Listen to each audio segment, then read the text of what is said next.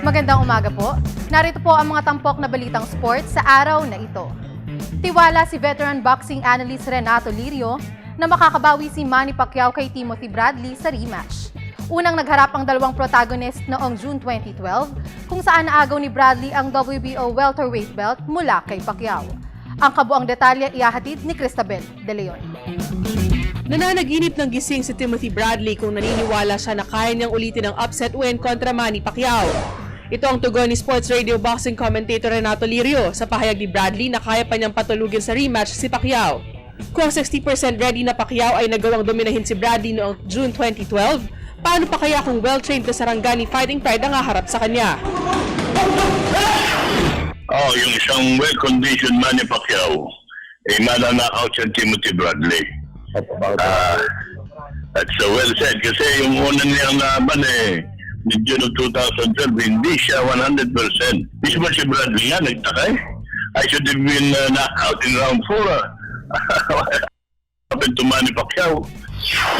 Git pa ni Lirio, mali na ipinagmalaki ni Bradley ang unanimous decision win kontra Mexican Juan Manuel Marquez na nagpatulog kay Pacquiao noong December 2012. Si Juan Manuel Marquez, counterpunch yan basically, yung fundamental niya. Pinanaigawa ni Timothy Bradley yung kanyang hit and not be hit, boxer puncher. Hindi niya pwedeng gawin kay Manny Pacquiao kasi susugudin siya na susugudin ni Manny. Wala na siyang space, wala na siyang angle. Mananakaw siya ni Manny Pacquiao. Ang rematch ni Pacquiao at Bradley ay mangyayari sa MGM Grand Las Vegas, Nevada sa April 13. Dito ay nakataya ang WBO welterweight belt na naagaw ni Bradley kay Pacquiao sa kanilang unang enkwentro noong June 2012. Para sa Good Morning Boss, Cristabel De Leon, PTV Sports. Sa multi-stage cycling, nangako si Philippine Army Team Captain Arish Valenzuela na hindi na basta-basta isusuko ang korona ng Ronda Pilipinas Cycling Classic. Ito'y kahit pa na pag-iiwanan siya sa overall individual standings sa unang 5 stages ng taunang pakarera. Narito ang report ni Snow Badwa mula sa Lucena City. Papasok sa huling siyam na stages ng Ronda Pilipinas International 2014, naniniwala si defending champion Iris Valenzuela na sa ruta patungong Northern Luzon pa lamang magsisimula ang aksyon. Pero hindi lingid sa kalaman ng Philippine Army Team skipper ang daladalang banta ng mga foreign rivals tulad ni Frenchman Peter Poli. Tinignan ko rin siya Sabi ko, ito yung isang matindi na magiging kalaban kasi alam niya kung paano siya pumunta sa ahon, alam niya kung paano niya gagalaw. Kasunod nito, nangako ang Tamaco Albay Pride na hindi niya basta-basta isusuko ang corona na pinaghirapan niyang masungkit noong 1 taon. Sinusuko mo na ba yung corona mo? Hindi pa, sir. Siyempre, kailangan. Kasi marami ding mga taong umakasa na... Pero ba't di ka pa nararamdaman yan? Talagang mabigat talaga yung number 1, sir. Kasi depending na Kapag depending ka pala talagang sa'yo lahat nakamatay. Samantala, maging ang ilang local riders at observers ay naniniwalang nakikiramdam lamang at nagko-conserve ng energy ang mga banyagang siklista bago umatake sa huling 5 stages ng February 1 to 16 bike-a-thon. Hindi po namin alam Baka So anong preparasyon nyo? sa ngayon, relax muna kasi mahaba ang laro Aga pa naman yung karera.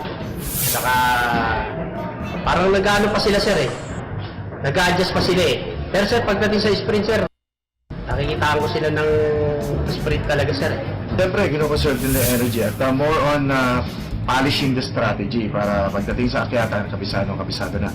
Isang patunay dyan, pag gusto nila kung mawala, kaya nila Biyernes ng alas 9 ng umaga ay muling masusubok ang mountain climbing skills ng natitirang 71 riders sa pagsikat ng 153km Lucena City to Antipolo City Stage 6. Para sa Good Morning Boss, Snow Badwa, PTV Sports.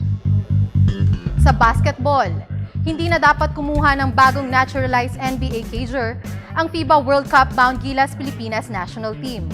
Ito ang pananaw ni PBA legend Mon Fernandez na nagsabing maaaring mawalan lamang ng exposure ang mga local dribblers kapag natuloy ang naturalization kina Denver Nuggets center JaVale McGee at Brooklyn Nets Latman Andre Blatch. May report si Nicole Ramos. Kung si four-time PBA MVP Mon Fernandez ang tatanungin, hindi kailangan ng Gilas Pilipinas sina NBA big men JaVale McGee at Andre Blatch. Ito'y dahil sa bawat pwesto na lalaruin ni Maggie at Blatch ay isang Pilipino naman ang mawawala ng pagkakataong mag-improve at ma-expose sa international competitions. Mawalan lang ng opportunity yung mga Pilipino nating kababayan na maglaro sa team na yung experience na mag-gain nila, that's what's more important for me. Obserbasyon pa ng Cebuano basketball great. Maaaring questionable rin ang commitment na pwedeng ibigay sa bansa ni Maggie at Blatch. Definitely. Yes, I suppose they will allow these guys to continue playing in the NBA and only play for the Philippines during this international competitions. Kapag mapapakamatay ba yan? Oo nga. O kung baka mapilayan lang sila dito, ano yung NBA career nila? So, how much you paying these guys? Si Fernandez ay makailang beses nang nagsuot ng national tricolors sa mga international tournaments. Kabilang na rito ang World Basketball Championships noong 1973. Para sa Good Morning Boss, Nicole Ramos, PTV Sports. At yan po ang mga tampok na balitang sports ngayong umaga. Ako po si Hazel Ann Salubon para sa Good Morning Boss.